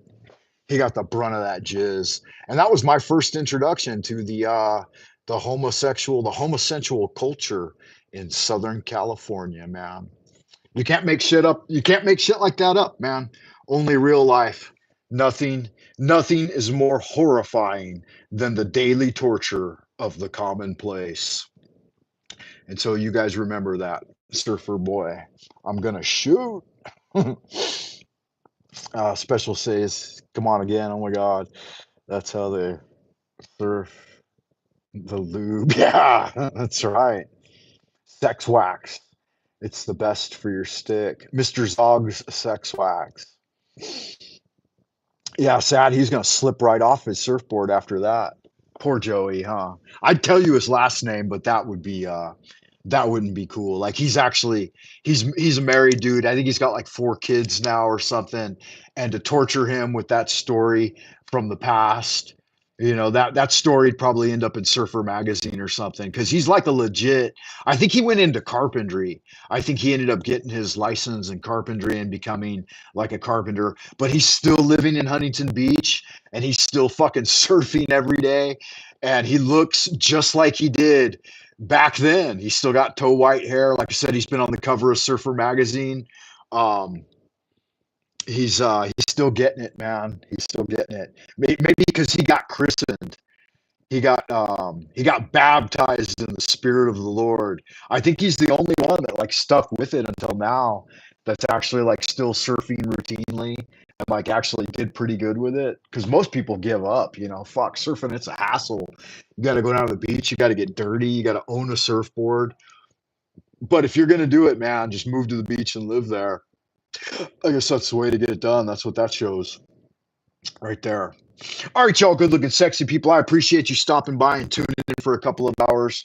Um, keep doing good magic. Check me out on Buy Me a Coffee /Frank Monday.